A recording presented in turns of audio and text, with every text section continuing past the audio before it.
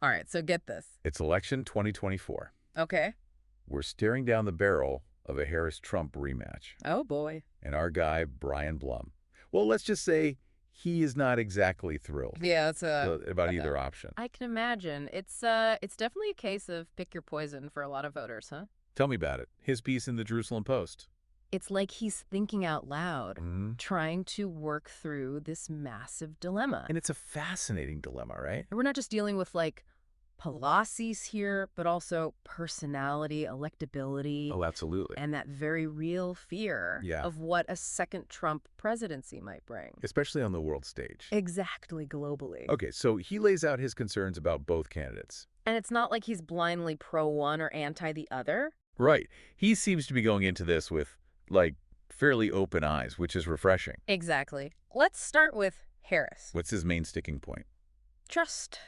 Really? Yeah, he doesn't quite seem to trust her, you know? Interesting. Bloom sees Harris as leaning a little too far left, Okay. especially on issues like police reform, which obviously has implications for Israel's security, too. Right, right. He brings up her past support for defunding the police. Yeah, he does mention that. And while she's kind of backpedaled on that stance, I think it still makes him a little wary. Sure, I get that. Like, once you've said it, you know? Yeah, it makes you wonder about those deeper convictions. Exactly. And this is where he brings up Harris's husband. Doug Emhoff. Right. And her running mate, Tim Walz. He seems to really like Emhoff, actually. He does. Way more than Walz. Yeah, much more. He even calls Emhoff a mensch. Which, for anyone who doesn't know, is high praise. It is. Means a person of integrity, a stand-up guy. Yeah. A real mensch. Totally. And that contrast with Walz is really telling. Remember that comment Walz made about the legitimate reasons behind those protests after the October 7th attacks? Oh, right. Yeah, that raised some eyebrows. For sure. Bloom included. Definitely did not sit well with Bloom. No, not at all. Okay, so not exactly a glowing endorsement of Harris so far. No, not exactly. What about Trump, then? I mean, he did say Trump had some foreign policy wins. He did. He acknowledged those, particularly moving the U.S. Embassy to Jerusalem and, of course, the Abraham Accords. From, like, a purely Israeli perspective. Bloom seems to see those as positive moves during Trump's time in office. Okay, but there's always a but with Trump, isn't there? Right, always a but. So we're back to Harris. And this idea that she might be beholden to the progressive wing of the Democratic Party. Right. And Bloom seems particularly worried about her potentially banning arms sales to Israel. Yeah, that's a big one for him, clearly. It really sets off alarm bells for him. Understandably so, I think, given the region, you know. Absolutely. He mentions this group called the Uncommitted. Yeah, the Uncommitted. Advocating for that ban. Right. Who are they? So they're... And why are they significant in this whole thing? They're an advocacy group. They're pushing for Palestinian rights. Okay. But they have a very strong anti-Israel stance, let's just say that. And that worries Blum.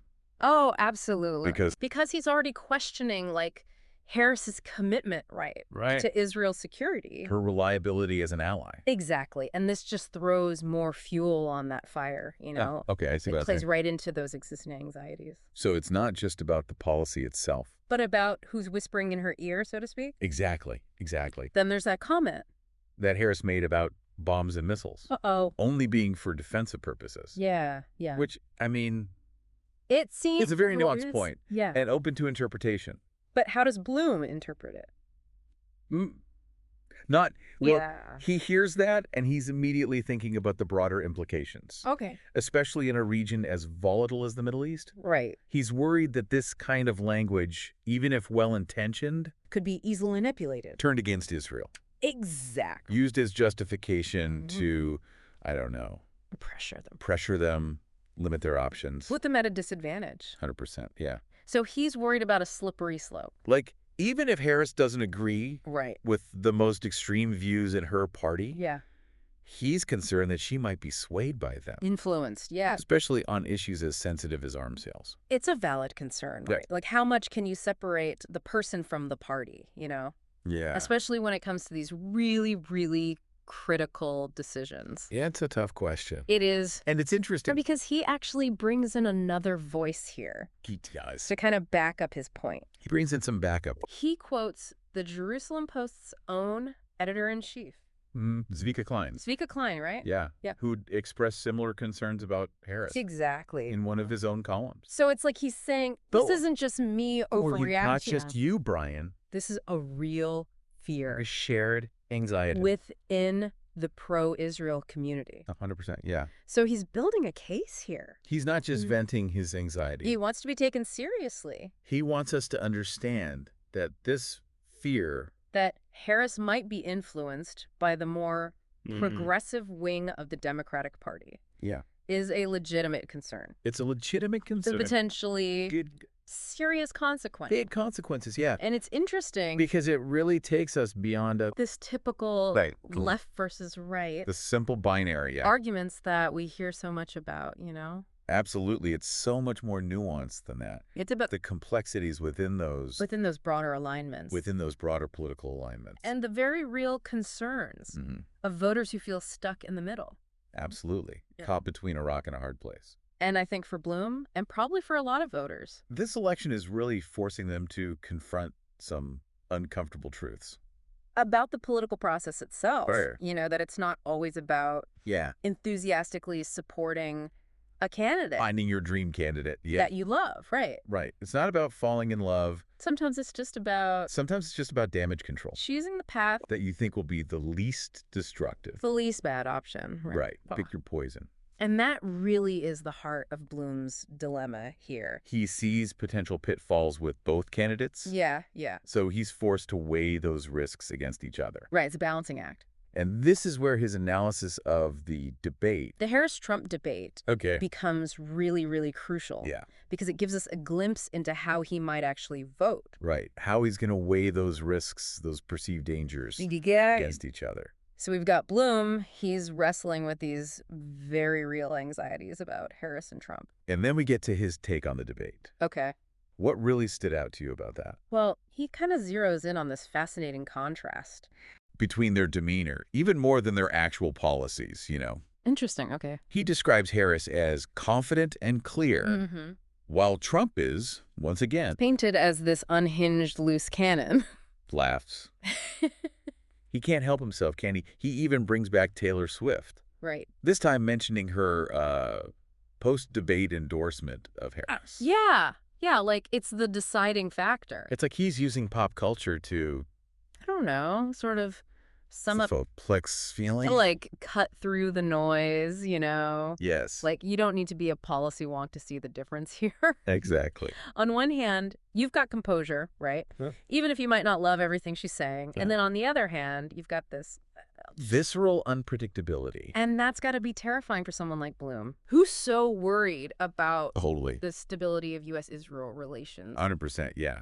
Like, who knows what could happen, right? Right. With Trump at the helm. Exactly. It's anyone's guess. So it seems like this contrast... it's really pushing Blum. Yeah. However hesitantly, towards Harris. Scamp, yeah. And not necessarily because... he's thrilled about her policies. Right. It's not about excitement. That's more of it's about damage control. Yeah. Like, she's the safer bet, maybe. The more predictable of the two. Let's put it that way. Okay, I see what you mean. Less likely to, you know... rock the boat. Exactly, rock the boat. But even as he's seemingly settling on this, lesser of two evils approach, he leaves us with this really interesting final thought. Tell me, what is it? He sort of broadens the scope beyond Israel. Okay. And he asks... what about the implications of Trump's personality for other U.S. allies? Oh, wow. That's a good question. Right. It's like he's zooming out to the bigger picture. And he says, how much can personal relationships and perceived loyalty really factor into international relations? When you're dealing with someone like Trump.